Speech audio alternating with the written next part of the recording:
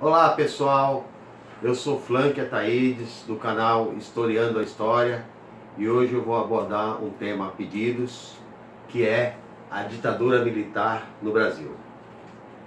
Primeiro, nós temos que dar uma breve introdução à ditadura, afinal de contas, ela começa a ser trabalhada já nos anos 50, no governo Getúlio Vargas. Getúlio Vargas, que foi governo de 1930 a 1945 e volta eleito democraticamente nos anos 50. Dois fatores vão levar à queda do governo de Getúlio Vargas. O primeiro é a campanha O Petróleo é Nosso, a nacionalização do petróleo. E o porquê a nacionalização? Porque o petróleo nacionalizado ele pertence à nação, ao povo, ao desenvolvimento social de toda a nação. Uma vez privatizado, ele pertence a poucas pessoas que usufruem e ganham muito com o patrimônio privatizado. Por quê? Porque eles vendem ao preço que bem entendem e muitas vezes até enriquecem mais, tirando o salário, diminuindo o poder aquisitivo da classe trabalhadora. Então Getúlio Vargas nacionaliza o petróleo e a elite brasileira, que eu costumo dizer quando li Gessé de Souza, o professor Gessé de Souza, a elite do atraso brasileira, a elite da rapina, não vai gostar. E é o primeiro ato de atrito entre Getúlio Vargas e a elite que controla o país. O ato fatal que leva à pressão, à queda, através do sacrifício pelo suicídio de Getúlio Vargas, será em janeiro de 1954, quando ele dará um aumento de 100% do salário mínimo. A elite nunca vai perdoar Getúlio Vargas. O grande problema de Getúlio, Carlos Lacerda, um grande inimigo político de Getúlio Vargas, a elite e a burguesia brasileira. Eu costumo dizer que a elite é o senhor feudal, a burguesia é a classe vassala e que tem como papel, e sempre terá como papel, evitar a ascensão social da classe trabalhadora. Impressionado, Getúlio Vargas, em 1954, no dia 28 de agosto, ele dá um tiro no peito e se suicida. Escreve uma famosa carta chamada Saio da Vida para entrar para a história. Ele consegue retardar o golpe militar, que na próxima gravação eu vou falar sobre a ditadura cruel, que prejudicou muito, o milagre econômico como farsa, tá? Então, sintetizando Getúlio Vargas, toda vez, vocês vão acompanhar isso, que eu vou discorrer, toda vez que um governo ele tenta ajudar a classe trabalhadora, aparece a elite com subterfúgio de corrupção, de coisa maléfica, de moralismo, que não existe na classe média, muito menos na elite, e acaba derrubando o governo que tem trabalho pela classe trabalhadora. Depois de Getúlio Vargas vai vir Juscelino Kubitschek, já não cabe aqui muito, embora tentem impedir a posse dele. Juscelino Kubitschek foi o presidente que construiu Brasília, inaugurada em 1960. E em 1961, Jânio Quadros chega ao poder. Jânio Quadros vai ser um governo um pouco estranho, ao mesmo tempo que ele está do lado da direita brasileira, do conservadorismo, ele homenageia Ernesto Guevara, por exemplo, e cria uma certa instabilidade. Ele perde poder no Congresso e renuncia antes de um ano de mandato. Quem vai assumir?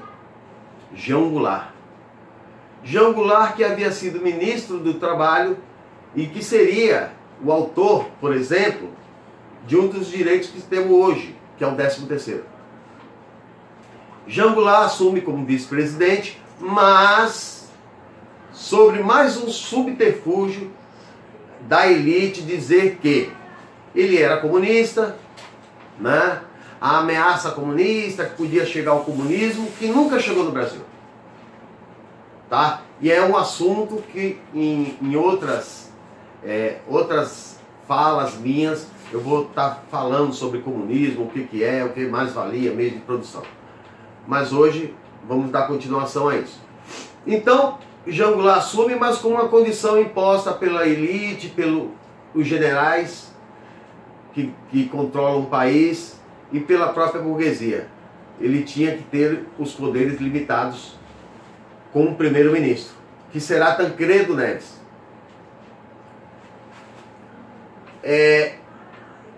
Mais à frente, através de um plebiscito popular, João Goulart consegue restabelecer o presidencialismo, mas o Brasil está numa fase de muito conflito, né? As ideologias, os partidos de esquerda não se entendem, os partidos de direita estão conflitantes, os movimentos do campesinato estão criticando a exploração que o coronelismo impõe sobre os trabalhadores rurais nordestinos, a um regime de quase semi-escravidão.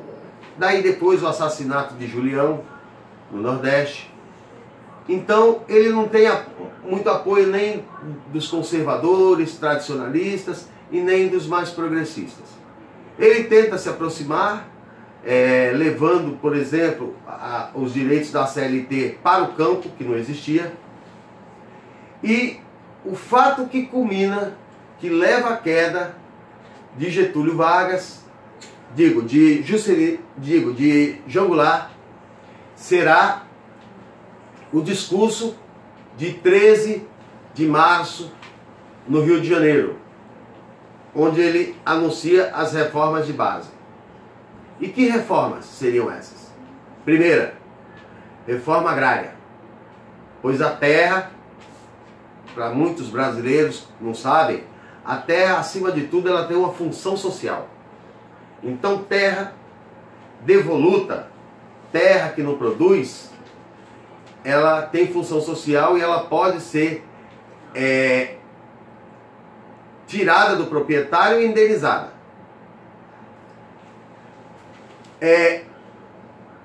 Ele propunha reforma no sistema urbano, que hoje a gente vê esse reflexo. Por exemplo, o Brasil tem 7 milhões de propriedades particulares vazias e tem um déficit de 6 milhões de moradias. Isso significa má concentração de riqueza, né? Um problema muito sério no Brasil. A reforma agrária nos leva a pensar hoje, 1% dos produtores rurais detém 45% das terras agriculturáveis do Brasil, sendo que 75% de nossa comida que vem à mesa vem da agricultura familiar, dos pequenos proprietários. Mas seguindo, Getúlio Vargas também propõe a reforma do sistema bancário, que nos causa reflexo hoje. Eu costumo dizer para os meus alunos, para as pessoas que conheço, que o 8º pecado capital é fundar um banco.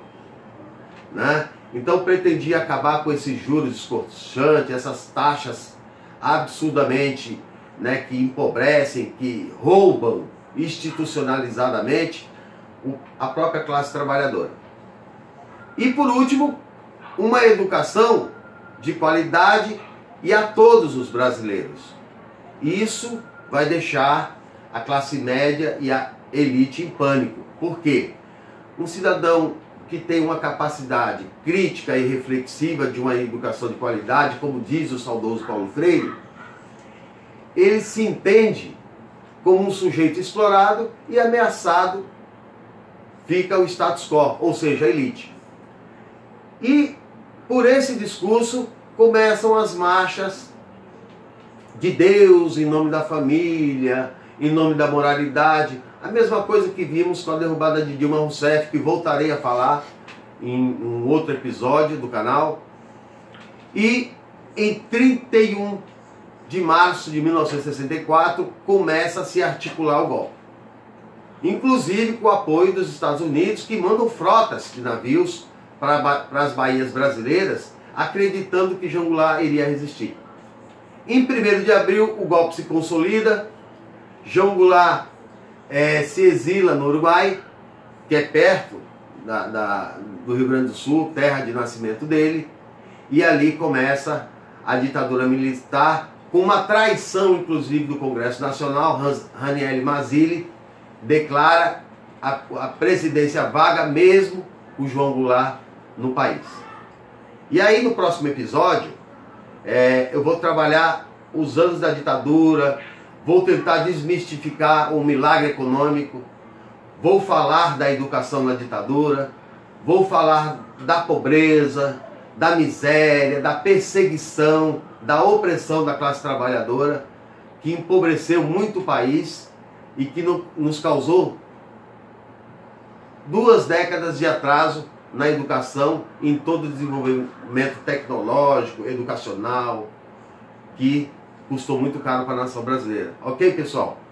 Quem gostou, se inscreva no canal, aperta aí o like, dê positivo, negativo, e quem quiser também sugira aí pautas que eu possa trabalhar no futuro, tá? Tanto na sociologia, como na filosofia, como na própria história, né? Até na própria teologia, tá bom? Um abraço a todos e fui!